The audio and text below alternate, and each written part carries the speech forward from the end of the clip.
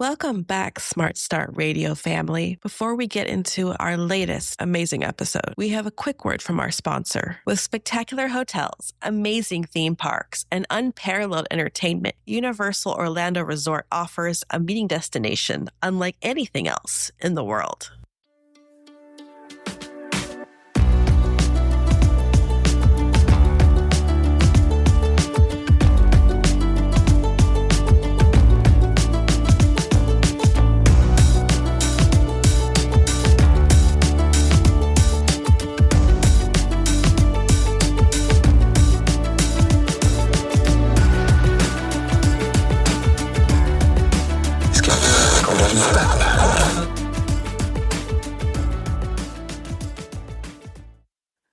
Hello, and welcome back. You are listening to Smart Start Radio. I am host 1 of 2, Sara Robertson. And I'm host 2 of 2, Eming Piansay. We are so excited for this episode because we talked to 2 absolute trailblazers in the wellness world. And, wellness is fairly recent. We weren't talking about wellness, and it certainly wasn't as big of an industry as it is now 10 years ago. Was it even an industry 10 years ago? I'm not sure.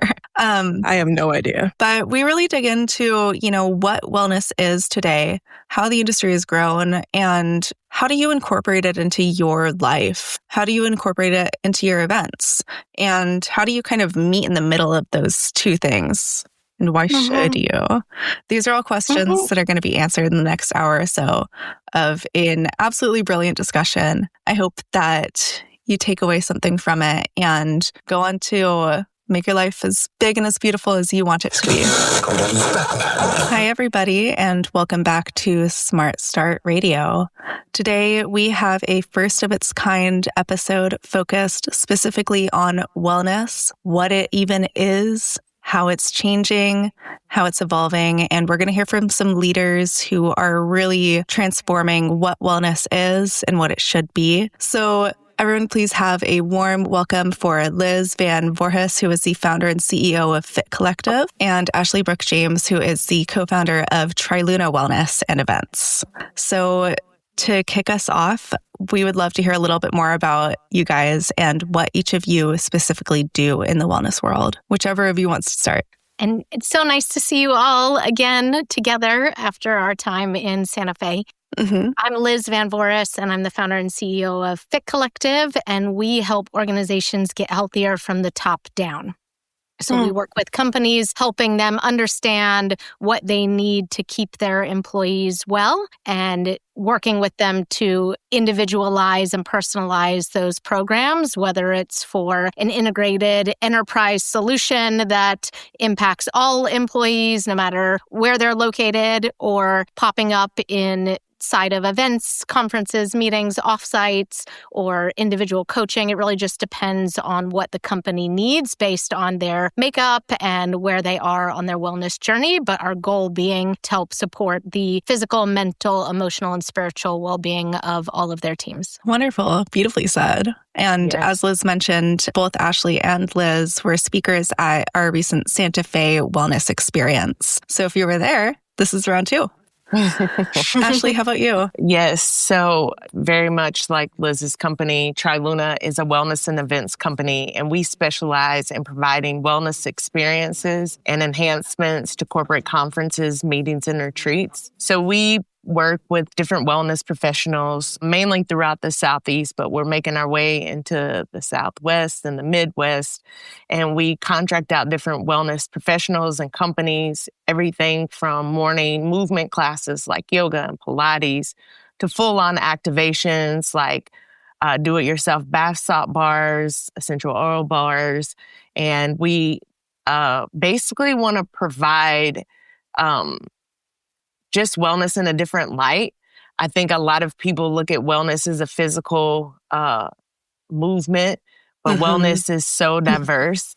And so that's what really TRILUNA stems our services from, is offering wellness to meet different people where they are. And we started this company, we'll be 7 years old in September of this year. So, yay! Congratulations. Congratulations. That's awesome. Cool. So you both are founders of wellness companies. So what inspired you specifically to industry in particular? What does the wellness industry look like today? And when you started, why does it matter? For me, I personally developed chronic migraines.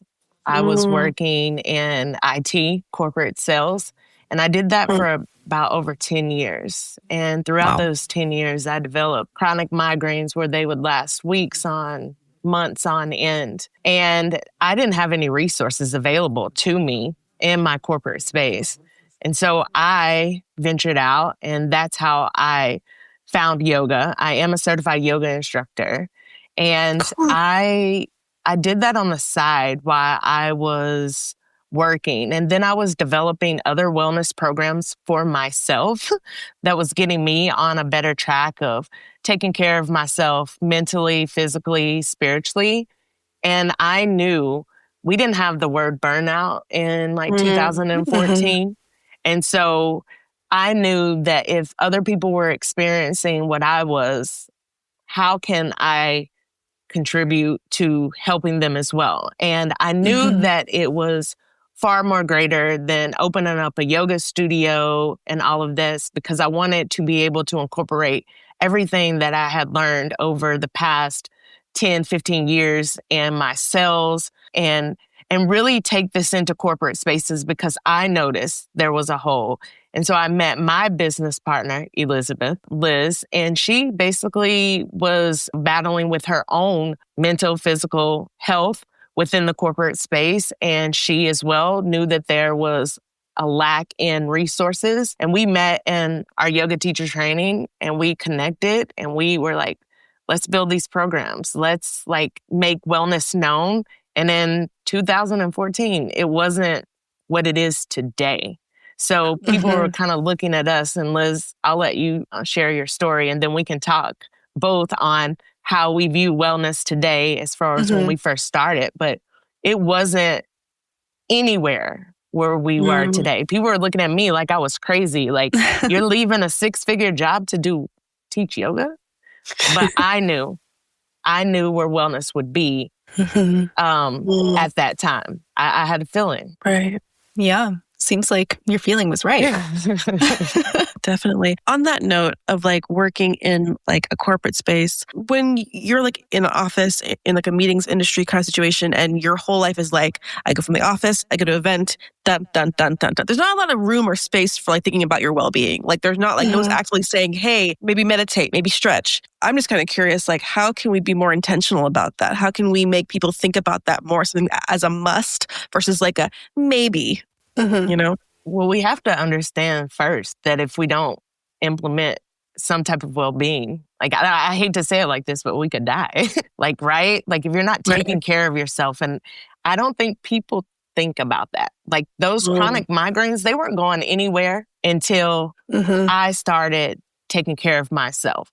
And they may show up as chronic migraines. They may show up as digestive issues. They may show up in lack of mobility. Your body is eventually going to show you. So first, I think it's understanding the importance of being able to take care of yourself to better show up in these spaces. And then I think it's as simple as when people would look at wellness, they're like, I got to lay out this full on wellness plan. And if I don't do it right, then there's shames that come with it and all of that. But I just like to get back to the basics. I'm a person who walks. I'm very competitive. So when we're at events and we're working events, I'm clocking my steps. I'm looking, these are things that I'm looking at. I'm looking at, how much water am I drinking? Am I intaking in these spaces? There's simple implements that I do. Outside of that, I have built a whole wellness infrastructure around my life where it is implemented. There's dates on the calendar. There's no moving or adjusting or any of that. But I think it first starts with understanding the importance of taking care of yourself and then slowly take notice of some of the things that you're already doing. And count that as a check for wellness, because once you feel good there, you'll have the confidence to move on and start building things outside of your work that makes you feel good and makes you want to show up every day.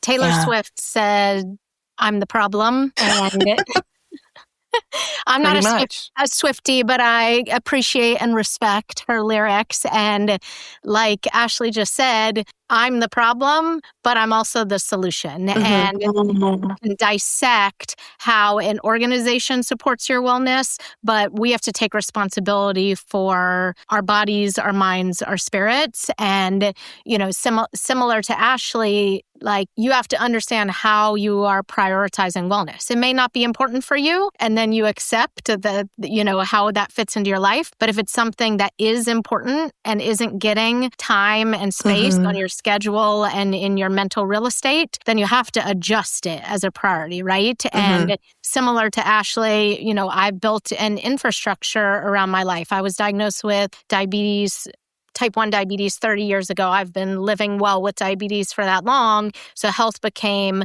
my number one priority at the time. It was a life or death situation, right? I had to be able to take care of myself and synthetically take insulin for the rest of my life to keep myself alive.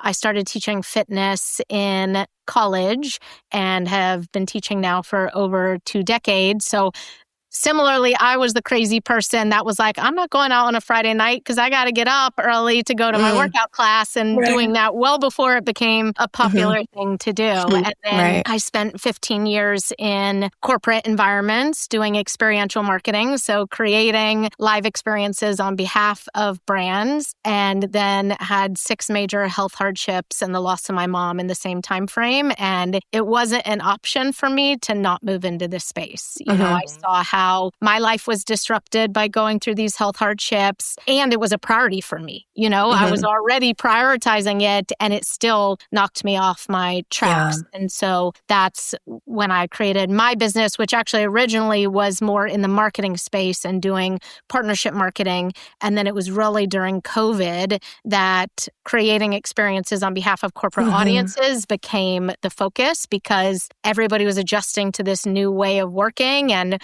remote working and dealing with, you know, these global issues that were happening, and needed different ways to cope, right? The tools that we had developed in the past weren't working. And so companies brought me in and my team of practitioners to help support their wellness. And that's how Fit Collective came to be. But it really is the individual's responsibility. You know, I put my workouts on my calendar first before anything else when I'm planning the week, right? You know, when you are working in a client-serving business, which we all do, and when you're creating events, experiences, meetings, we have to be the ones to teach clients how to treat us. Similarly, in this experience, right? When you are working on your wellness, you have to teach other people how to treat you, how to respect your time and your boundaries. I know Ashley and I have talked about that before, but it really is important that you start to put those protocols in place and then hold other people to help you support your infrastructure. Definitely. Yeah. We're already kind of touching on this, but I'd definitely love to hear more about, you know, like what are some practical ways people can be implementing wellness into their own lives today? And you guys are talking about literally schedule it, put it in your calendar. If it's a priority to you, make it a priority. It made me think of this week, and this wasn't even like scheduling and prioritizing. These last 2 weeks have been really busy, but good busy. Like the good stuff that you want to happen. It's like I literally have tattooed on my arm everything all at once, and like everything is happening all at once. And last week, I remember I was like, okay, next 2 weeks are going to be full of travel. I'm going to be speaking. I'm going to be doing these different things, and I can do this. And I ended up having to schedule another trip in because I had a death in my family. Ended up having to go. And we don't account for the emotional drainage that comes with being in those all of a sudden traumatic situations, and how that also shows up in the body. And I'm already in motion, coming from off of 2 trips, implemented another trip. And I was like, Sunday is the day. I'm resting all day. I'm not doing anything. And I ended up doing just that. Nice. But on Monday, my body was like, no, this is the day too. Like, it's not going to look like you thought it was going to look this week, and I need you to readjust. And I had all these different things that I really wanted to be a part of. I'm a mentor for a program. There was a mixer. I really wanted to be there for my mentee. There was a class, a yoga class. I teach a gospel yoga class that was scheduled. And I love it so much. But I wasn't in the headspace. I haven't advertised it. Nobody in my circle really knew about it. Me and the venue were having like back and forths about the scheduling last minute. And then I was like, just take it off. Just take it off. I took the mentor meeting off. I called my mentee and I explained to her, listen, I have a lot of stuff going on right now. And instead of being the one that says, yes, I can do all the things, I think what's best for me is to prioritize my well-being right now, because I have a really big speaking engagement that I really need to be prepared for. I'm coming off of a sales trip for my company. I have information that I got to get out to my team. And this is where I need to be. And it was really a matter of prioritizing the no. Right? It was like saying no to stuff I really wanted to do. I really wanted to have the gospel yoga class last night. I really wanted to go to that mixer on Monday. But I feel so much better. I woke up this morning and was like, I feel rested. I feel ready to dive into, I knew this podcast was coming. I wanted to be prepared for that. And it was a different type of, it's the wellness that I talk about, and I needed to practice it. Yeah. And I actually posted about it. And I almost took it down. I was like, people don't want to hear about it. They don't want to hear about me burning out, right? But I got so many everybody's like, yes, thank you for saying that. And so I know that's kind of long and dragged out, but it was one of those things that hit me prioritizing my wellness looked like saying no to a couple of things. And I actually even had to say no to something that I'm really excited about that could potentially be a good opportunity in the future, but I just don't have the capacity right now. I think that's such an important lesson too, especially for people who work as hard as meeting planners and who are as busy as meeting planners. It's it's okay to say no. And I'm sure your mentee was probably like, I totally understand. Yeah. Right? She was like, thank you for setting an example for me. And she actually left me a voice message, and I haven't listened to it, but I looked through the transcript. And one of the things that caught my eye was I took a couple of things off my schedule this week because I was feeling very overwhelmed. Nice. So we are, as leaders and teachers in this space, we're not here because we haven't experienced burnout, because we haven't experienced tragedy, because we haven't experienced challenges with our wellness. That's why we're doing this, because we have, and we figured out the tools. And, my tools aren't going to be the exact same as Ashley's, as somebody else. But, as a coach in any capacity, we're a little farther down the road. And so it allows us the ability to teach and lead, because, I think if we were folks who were always well and had no issues, and, it would be hard to really authentically teach how to take care of yourself. You have to have experienced the valleys to know how to get to the peak. Absolutely. Absolutely. Definitely.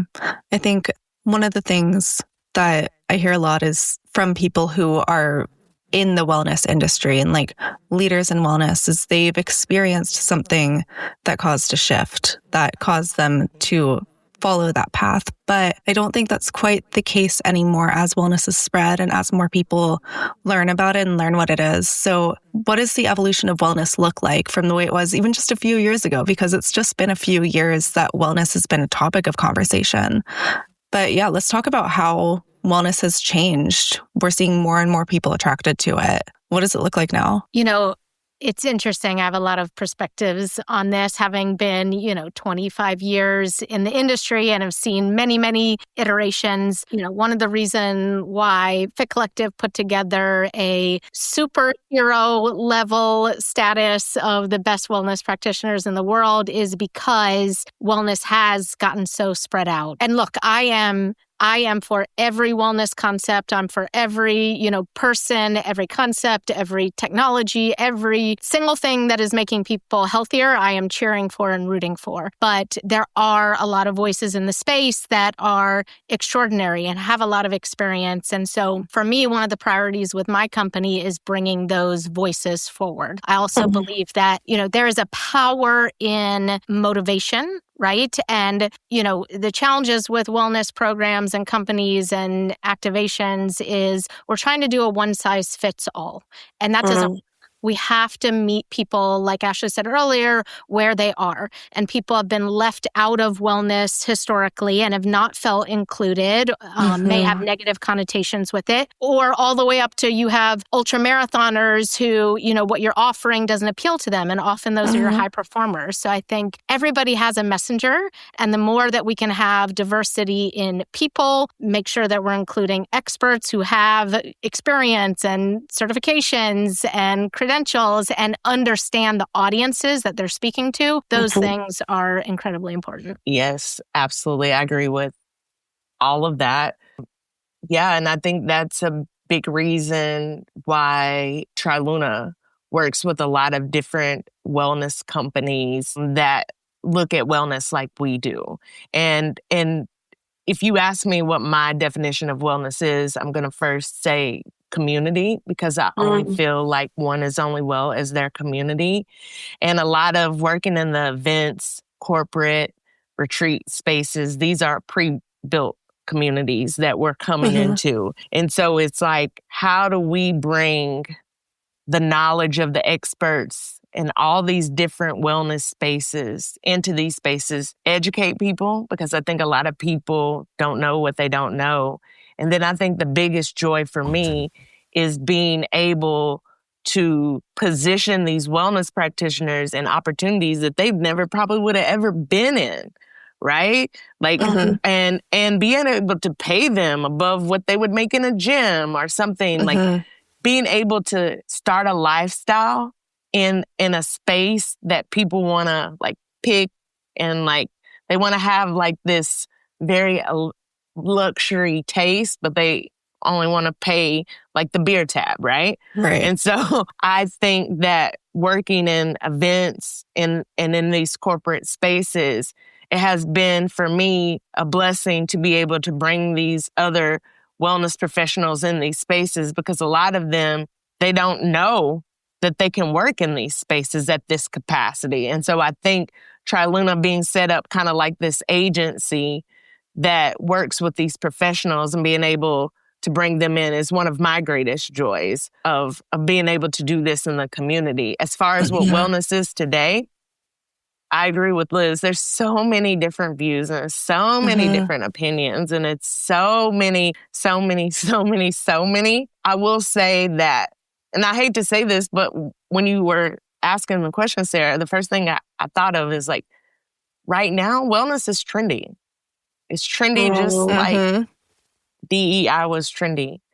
I love that it's trendy because it's the industry that I'm in, because Liz knows we're innovators in this space. And 10 years ago, it didn't look like this when we were trying to break into this space. And I think what Liz and I have, and I'm not saying that other people don't have this, but what I can quickly notice from Liz and I, we've been able to take our corporate and business knowledge and bring it into this wellness space and create sustainable businesses in this space, because it takes more than just being talented instructors.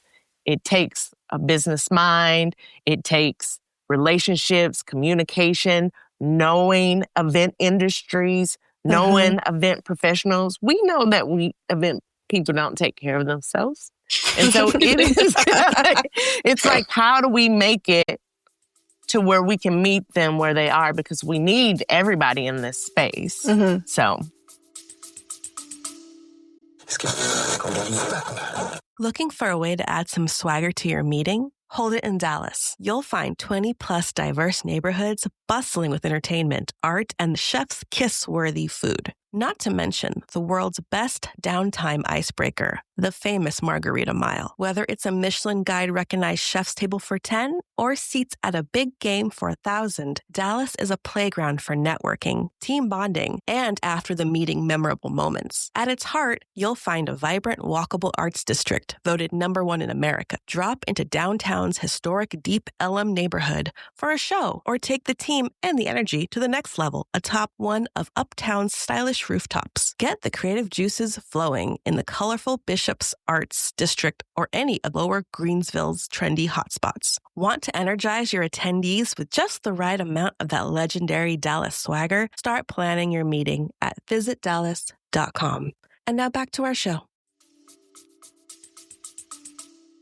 And on that note, one of the things that I was thinking about prior to this conversation, when Ashley said event professionals obviously know what they're doing and know how to create experiences, but we know how to create wellness experiences. And I think that's incredibly important, that as event practitioners, meeting planners are planning for experiences, no matter how small or large, no matter what the budget is, no matter where it's taking place, that they bring in experts to support them. Because if you really do want to meet people where they are, not just from the experience, but the technology, the logistics, the expertise, the introduction of new modalities that, everybody thinks, oh, wellness, let's do a yoga class. But have you done a Latin beats cardio dance class? Have you experienced capoeira? Have you, these things that as experts, we have access to, the cutting edge talent, technology. Bringing in cultural aspects of wherever destination that you're in. Liz, thank you so much for saying that. That, I think that is so important, because a lot of people think they're hiring us just to get people to teach this class. But we know everything. We've been the teachers. We know that a 6:00 class after being on Broadway in Nashville the night before, people are not going to get up for that. And so it's smartly implementing activations where they properly go.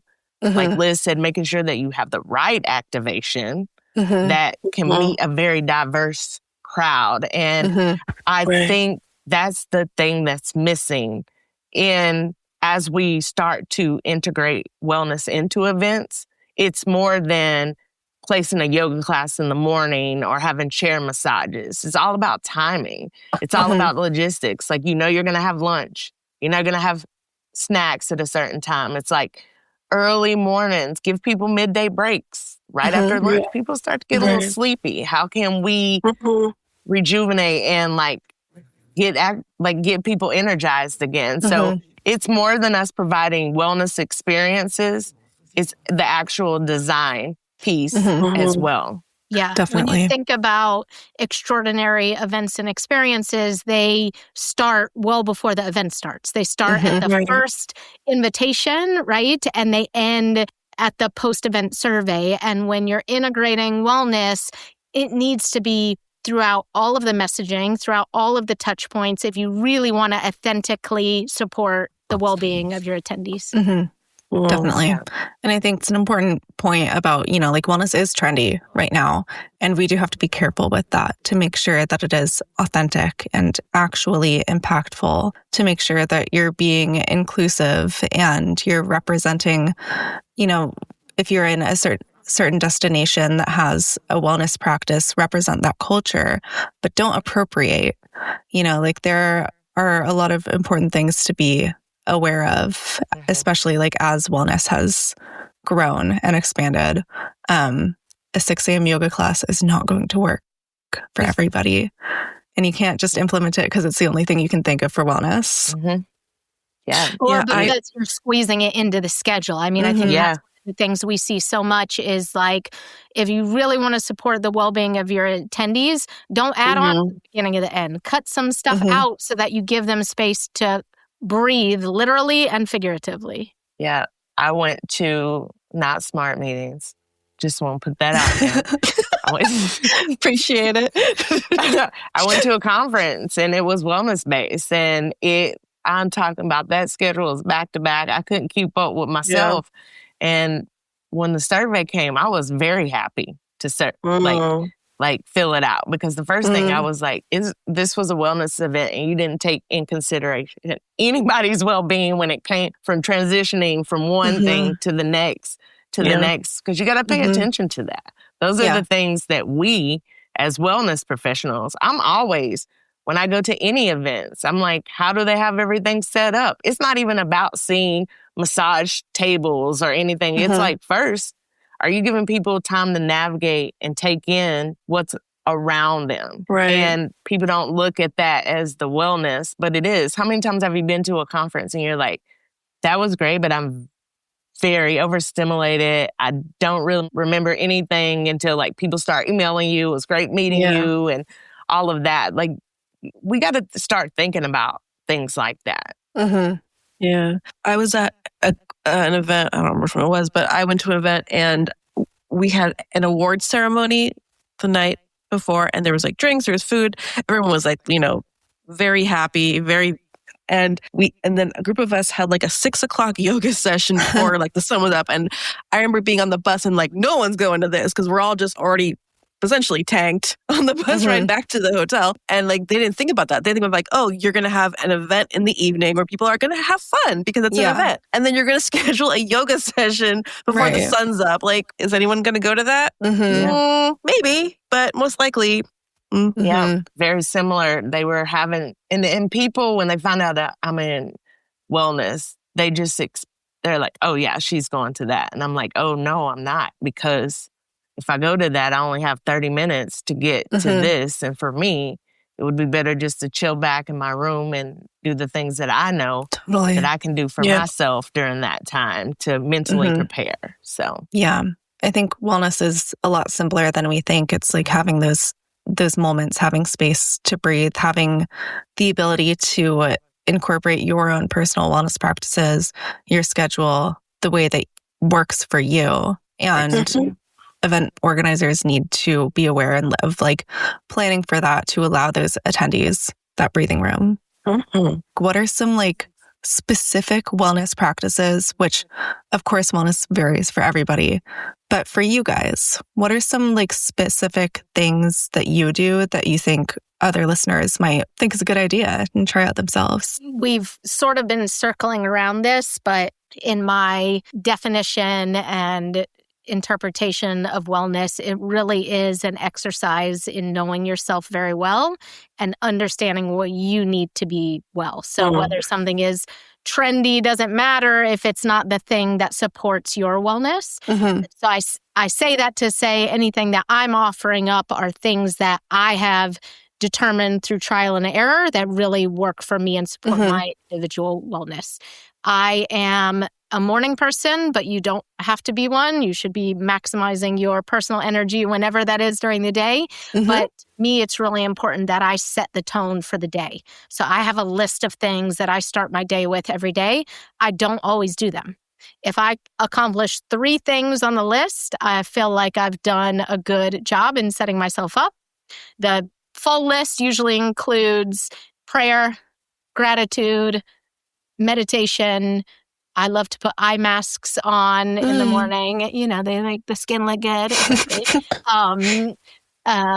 Writing in a journal. So reading a nonfiction book. But again, I don't do all of these every day. But if I hit 3 of those, and especially the thing that I've had to give myself grace on is I'm on the road a lot, right? Yes. So my home routine looks very different than my travel routine. And instead of, being mad at myself or shaming myself for not following the 10 things that I like to do to start my day with the right intention, I say, okay, hit 3, and so I've kind of accepted that level and saying, okay, my travel morning looks a little different than my home morning. But for me, setting the tone in the beginning of the day, having some quiet time, just really setting my intention so that other people don't steal my time, that I get to have control over how I set the day.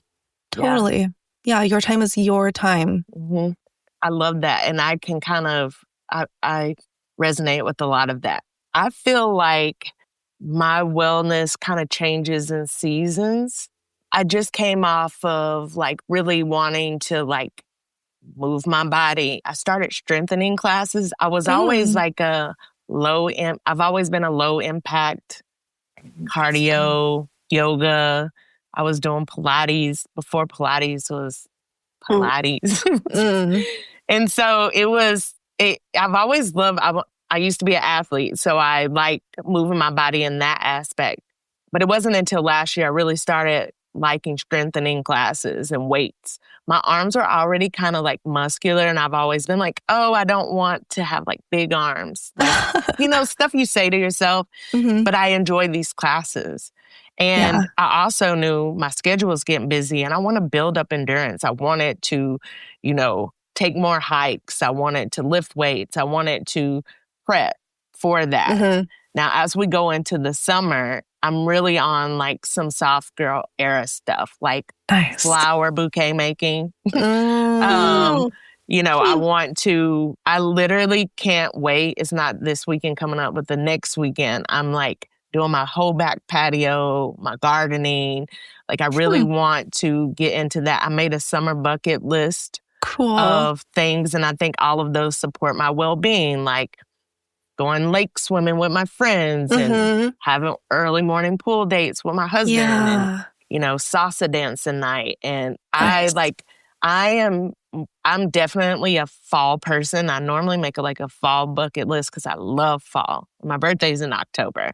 Nice. But it's something about the summer that is giving me like, oh my gosh, like I'm converting back to my high school me, and I'm like, I want to do this, I want to do this, I want to do this. Nice. And I thought would be really fun to support my wellness, because just like Liz, I'm traveling a lot, and I don't want to have the shame of not being able to go to that strengthening or sweaty yoga class. I'm going to make this bucket list. And it really is about being soft and being with my friends and my husband and my family. And so that's where I'm at in this season. And that's what my wellness looks like. Probably going to look like for the remainder of the summer. Yeah. Love it. And I think there's a lot of softness in Liz's answer as well. As like, I'm only going to hold myself to do 3 things. And when I've done that, that's enough. Yeah. Because your time is your time, right? But if you spend that time feeling bad about yourself for not finishing your list, it's not your time anymore. I'm curious. First, like you guys clearly have like you guys know what works for you and what doesn't work for you, and you're like, I do this, and that. There's some people who like they want this life. They want to be like, about wellness and fitness and stuff like that, but they maybe are like nervous or don't know how to approach it because like maybe they don't want to. It's a good word for this. They don't want to have to like spend money. Money on things like a membership or gym membership and all those things. Are there ways that people can kind of just like softly, as you put, softly kind of start this experience so they don't feel like I'm not doing enough, I'm not being enough, I'm not like running every morning at 5 o'clock, stuff like that. Like what's ways that they can approach it in a way that works for them, that fits their schedule? Obviously they're traveling, they're working, they have events and stuff. What would work, in that case? You. Liz, I'll start and I'll let you finish it off. I literally just had this conversation with my business partner earlier today, and we talked about how wellness is, a lot of people look at it as like this luxury and it's like a privilege to be able to have a wellness practice. And, and I'll be 100% honest. Like a lot of times when I started yoga, I was the only Black woman. And I felt like, wow, like there's nobody else. And I want to first start by saying that because I was in a space that I necessarily might not have felt included. My instructors, and I slowly started building community with some of the people in the class. So I'm using that example as there's possibilities to place yourself in spaces that you might not necessarily think you fit in, right? But if we want to talk about the expense that people think comes with wellness, my first advice is you have to learn about yourself to be able to even get to a point to know that you would walk in a yoga class by yourself, right? Or that's what you want to do. I think that, and I'm sure Liz, just maybe 3 years ago for myself, I had to like date myself again. I had to reintroduce myself to what it is that I like, because the old workouts, the old things that I was even requesting of my husband, they were outdated in what I was doing. So I literally took a whole year. I called it my year of intention. And I just literally was patient with myself. Like, I always had this idea of like going on cute little ice cream dates. My husband was gone out of town. And I was like, I'm going to take myself on a cute little ice cream date. Well, your girl is lactose intolerant. And I know that there's like non-dairy, and it doesn't still work for me. Okay. Those cute little ice cream dates, they're not a part of where I am right now. Maybe sorbet. Maybe sorbet. Maybe. You know what I mean? But like, you have to really get to know yourself, and you have to get intimate with yourself on a level that, like Liz said, I'm not a morning person, but at 3:00, I am ready to go get outside and walk, or I'm ready to, sit down and just rest, And I think you really have to block off the influence of others. Let people influence you enough to try something, but also be strong enough to know that, like, I don't like this. Yeah. And I'm going to try this, right? Like, I wish I was a runner. Like, I wish, but my ankles are weak. And I just, maybe one day, right? But like, you have to really get to know yourself to be able to show up for yourself in that capacity. I think something I'm kind of hearing, and you briefly touched on it earlier, Ashley, is this concept of listening to your body. What does that look like? What does it mean to listen to your body? I also, y'all hold on to that question, because I want to hear Liz's answer to this one. But what does it mean to listen to your body? Like, if you that year of intention, I also took time to what feels good to me, what doesn't feel good to me, and in the aspect of, as simple as like Liz said, the eye mask. I'm an eye mask. It makes me feel good. I saw you react to that. You were like, yes. Yeah, like I do a little Palo Santo with my mask. And it makes me feel like rich. Have my robe on and my eye patches on. Like, I like stuff that feels good to my soul. That feels good to my body. Yes. And so it's even listening to those little cues, like, like doing facials, or like, whatever. But when I do them, I feel good. I love doing facials. Right?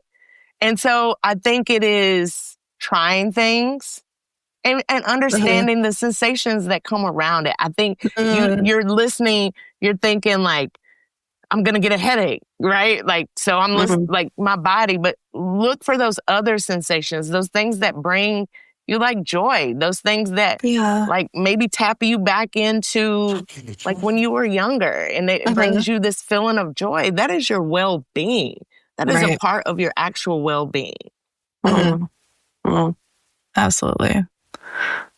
Liz, what about you? Like, incorporating wellness into your life, what do you think other people could learn? I wrote some notes because I'm that girl and I didn't want to forget anything. A couple things. The first one is, I have friends who I have met in wellness experiences that I've been friends with for over 2 decades. We are in a crisis of connection and community, and you want to meet like-minded people, go to wellness experiences, go to fitness classes, and they don't have to be, expensive ones at studios. Many cities offer things through, the city, especially in the summer. Take advantage of the good weather and all the programming that's being offered, but talk to somebody in the class. My greatest friendships were derived from fitness experiences and people that took my class 2 decades ago. Number 2, we have never had so much at our fingertips. So wanting to try and experience new things, all you got to do is go on YouTube right? It is all on YouTube because folks are trying to monetize. So they're giving away their stuff for free. You could try go to a twerking class, go to, I did a booty that made me think when I first started. I did a booty ballet class when I was first. This was like years ago. So yeah, like what is a booty ballet class? We don't. It was like twerking and like ballet poses. Okay. It was fun, but it was hard. Okay. It was hard. Yeah, that was hard. yeah. Don't take twerking lightly. It is not easy. But everything is available online for free, at least to sample, right? So, as you see, like maybe you see something on social media that piques your interest, go look it up on YouTube. You're going to find a 15-minute version of it that you can try in the safety of your own home, right? Nice, yes.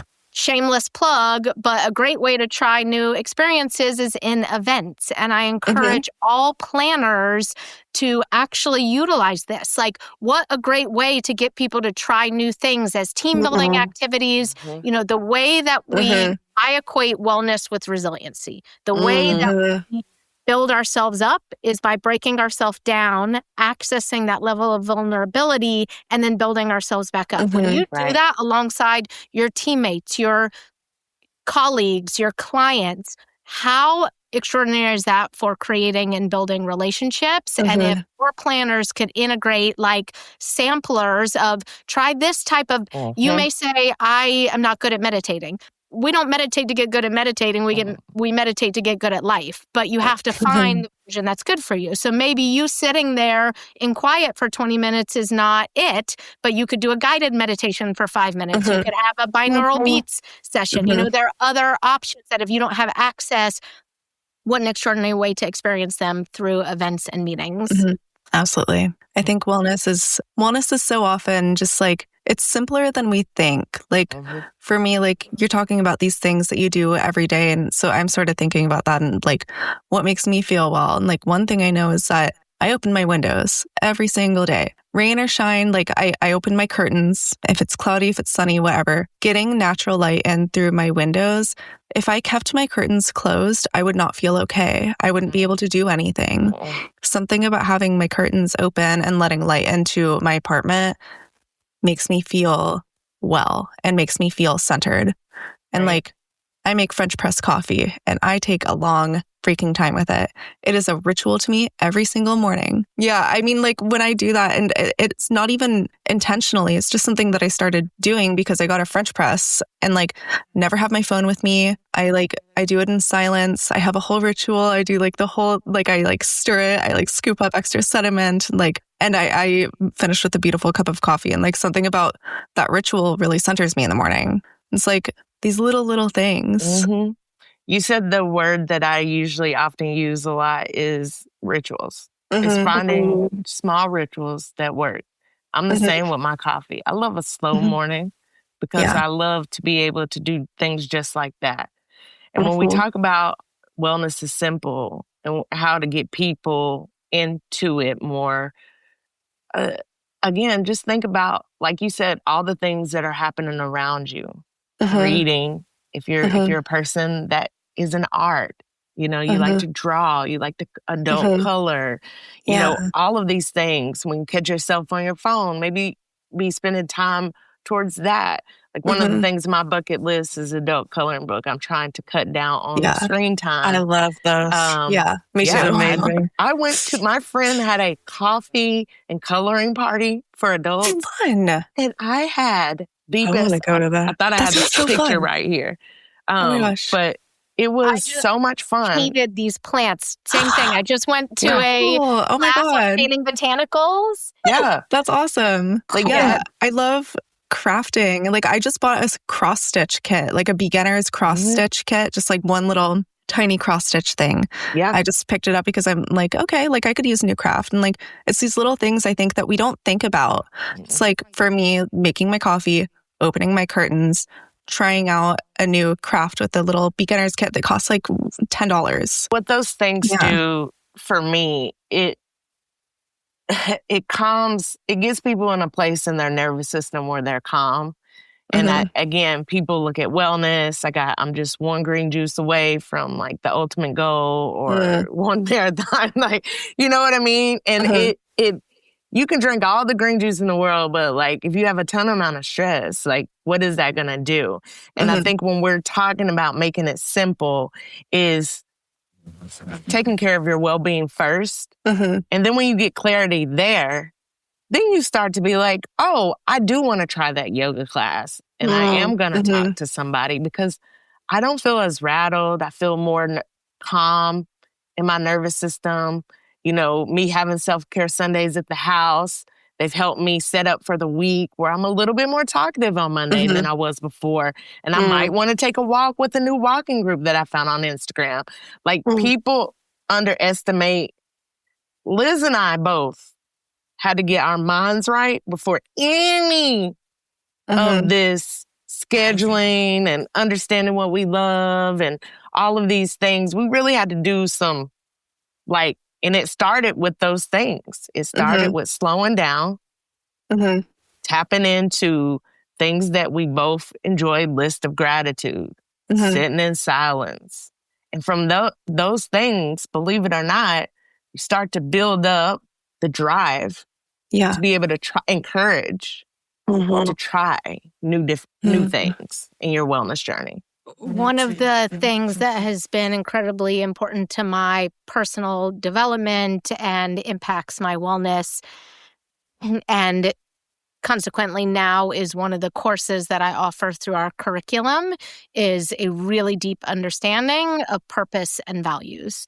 And when I'm helping someone, you know, whether they're the CEO of a company or an intern, understand what they need as far as wellness, that's where we begin because alignment is necessary to then understand what you need.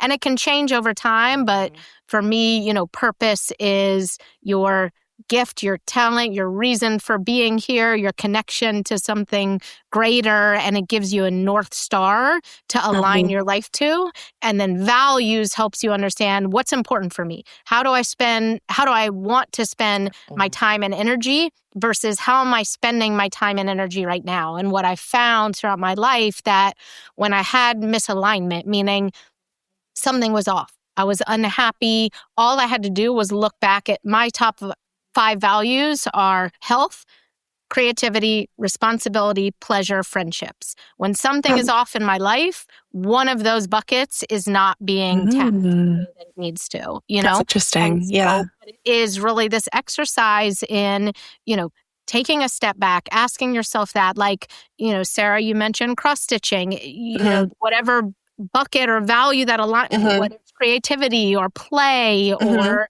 quiet time, like, it's checking something off that's really important to you that keeps you full as a human. Yes, absolutely. Yeah. I think as we have gone through this episode, we've talked a lot about redefining how we understand wellness for ourselves. And I think like one thing that all comes back to is like for the event planners listening, for anybody in the industry who's listening, you know, you can't create great events if you're not okay. You have to be okay in order to properly display wellness to your attendees. Absolutely. It starts with you, right? It starts with, you got to take a look around you. And a lot of us say, I'll do this once I do this, right? Right. I'll take this once I do this. But we got to definitely start learning how to incorporate that into the now, into this. And I think Liz says something very valuable early is making our clients understand how we work and what's important to us.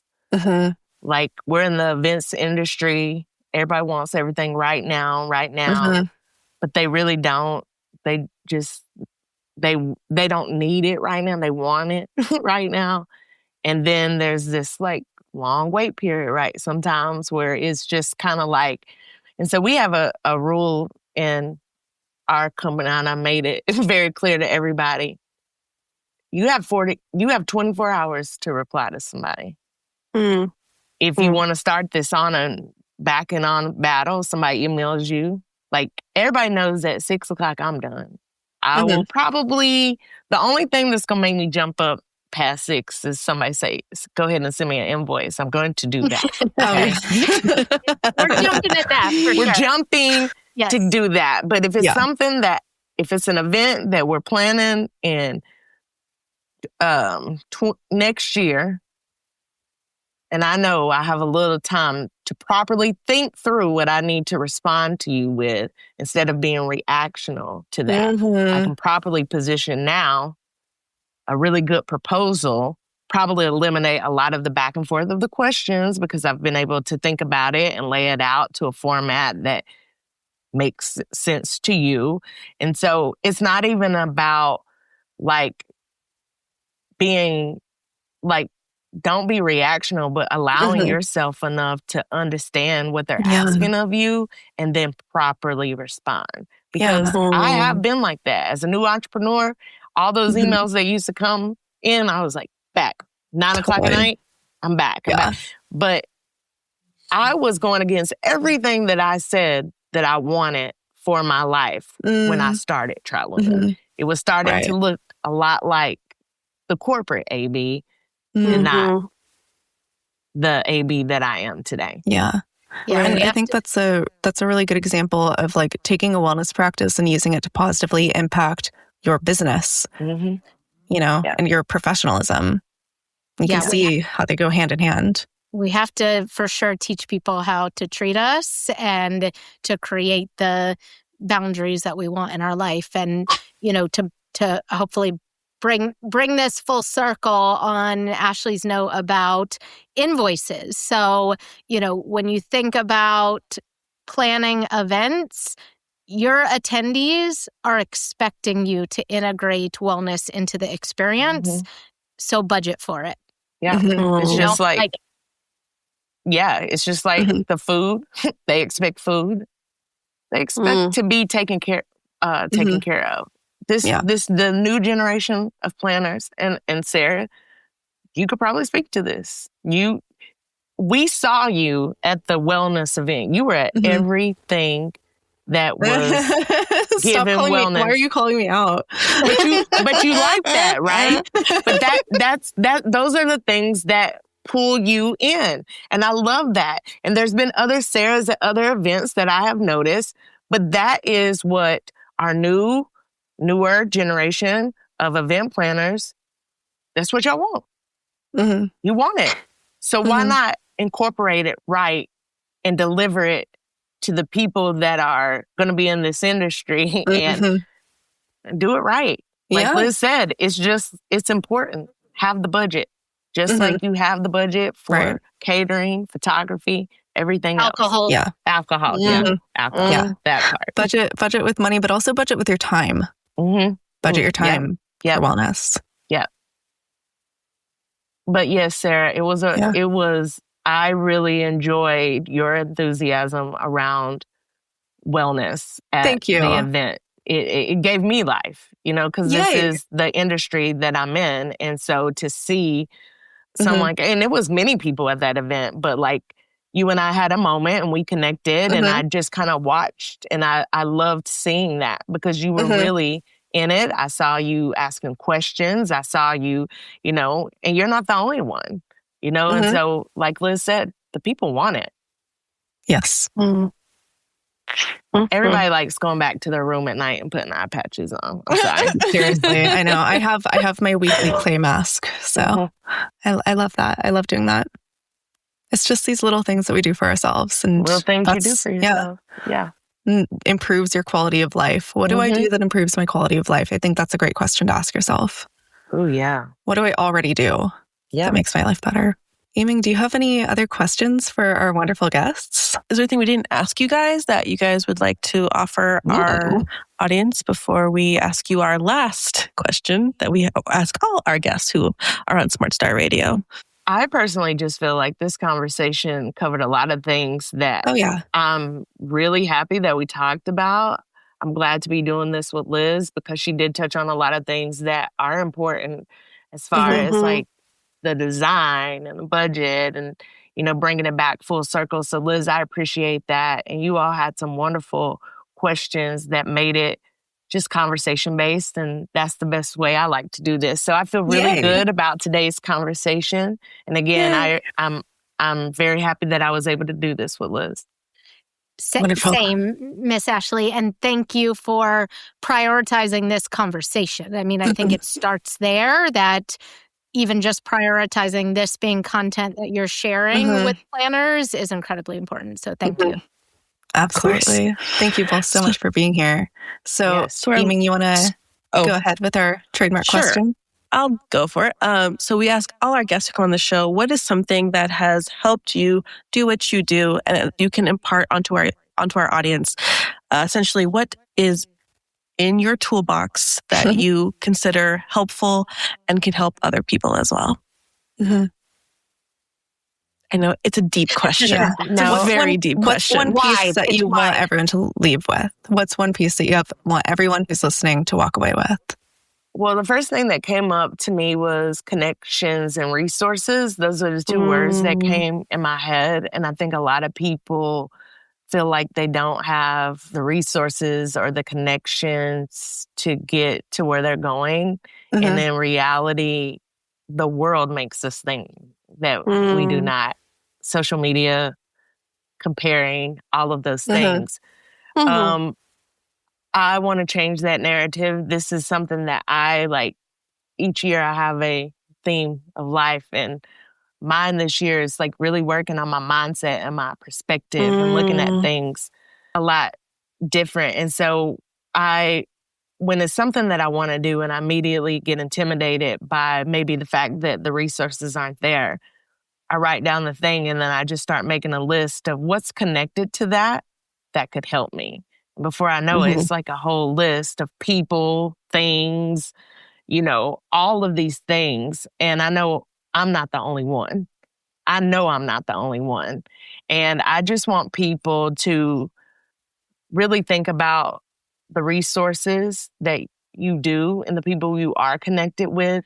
And then I want to say, when I said that, I know people do as well. If you don't, like Liz said earlier, we have access to so much, and you can have access and you can place yourself in these spaces. But again, it comes all back to you. So my biggest thing is for people to really utilize their resources and connections that are within their sphere of life, because you have more than what you realize. You have everything you need. You have everything you need. You have everything you need. I love that. Totally true. You have everything you need. I think my favorite quote that I mentioned when I was speaking on the stage in Santa Fe, and I say in almost every speech, by Confucius, is we have two lives, and the second one starts when we realize we only have one. And my version of that was my mom passing away at 55 due to brain cancer, and it woke me up and had me live life differently moving forward. And my hope for anybody listening is that it doesn't take a tragedy to wake you up to how beautiful life is. And when I was able to really put my mindset around, I want to live the biggest, most beautiful life possible, and my wellness is what will allow me to get there, that changed everything. I don't want to be strong with my muscles. I want to be strong so I can climb a mountain. I don't want to support physical things within my wellness. I want to support my longevity and my access to experiences on this earth. So that's what I would leave with anybody who's watching. Beautifully put, and agreed completely. Well, thank you both for being here today. This was very informative. I think our audience is going to love everything you guys said, and hopefully take it to heart and do something for themselves before you reach a point in your life where you're like, I have to do something for myself, or else who knows what. So thank you both again for this. This was really, really amazing. This was amazing. You guys are awesome. Thank you so much for sharing all of your insight and expertise. This is a lot of just really important information. And I know I will be taking some tips away from this. Tips and more. Well, again, thank you so much for the opportunity. Thank you for reaching out and thinking of us both, because this was a great conversation. Yeah. Yes, thank you. So I have late breaking news for Smart Meetings. So this is our November episode, and it is, unfortunately for us, but good for the rest of the world, Sara, I'm going to out you, Sara, because you have no choice. Okay, are we outing me? This is Sarah's last episode for Smart Start. She's going to go to nursing school and save the world. I don't really know what that entails. I don't know about saving the world, but yeah, this is my last episode. Smart Start has been just the absolute greatest joy these last 2 years. And I mean, huge kudos to Eming, because it never would have happened without her. And yeah, I have just absolutely loved doing this, and I can't wait to see where it goes. I will be continuing on. I'm going to be going to nursing school and working on living with a little more wellness in the world, in everybody's life. Yeah, it was, while we were recording, I was like, this is weirdly ironic. I know. This is the episode. But I just want to say, since we can't see our community, our community lives across the world, and we can't see their faces. We don't know what they do or who they are. But I think I speak for them when I say we really appreciate all the work that you've done on this project. It's been a labor of love for 2 really hard years that we got to where it's at. It's been a pleasure to build it with you, because it's not easy to do this kind of stuff. I think I speak for the whole of the Smart Meetings team where I say we really are going to miss you, and we appreciate all your work. And yeah, I'm going to miss you guys too. It's a bittersweet goodbye for sure. I'm definitely going to miss Smart Start Radio so much. But I'll be joining all you listeners on the other end, because you can bet I'll be checking out every single episode. And I mean, this episode today, just wow. Ashley and Liz are absolutely phenomenal. They have so many insights, and I think they both really speak from the heart. I hope everybody enjoyed and took away some lessons. And, if opening your windows in the morning is something that does it for you, great. And if you have other things, make sure you're doing them. Look at what are the little things that you already do that improve your life. Yeah, so hopefully everyone learned something from today's episode. Need to get better at fitness, let's just be real. Me too. But yeah, do something for yourself before you have a problem, and then you really start to get something. I think that was the big takeaway, is just, be aware of your body and your mind, and just be careful, because we have a finite existence, and it's important to take care of that while we have it, because we have one life. Absolutely. And one body until the aliens come and take us and make us better. Right. Sorry, that was an old from a previous episode that I forgot. I thought it was this one, but it wasn't, and that's my mistake. That's okay. I'm sorry. That's an Easter egg. So for anybody listening, if you remember what episode that is from, the hardcore fans know you won the Easter egg. Again, thank you, Sara. Thank you, Eming. And we'll see you in the podcast world. Yeah, elsewhere. You can bet. See you guys next time. You've been listening to Smart Start Radio, a Smart Meetings production. Interested in being our next guest? Connect with us at editor@smartmeetings.com.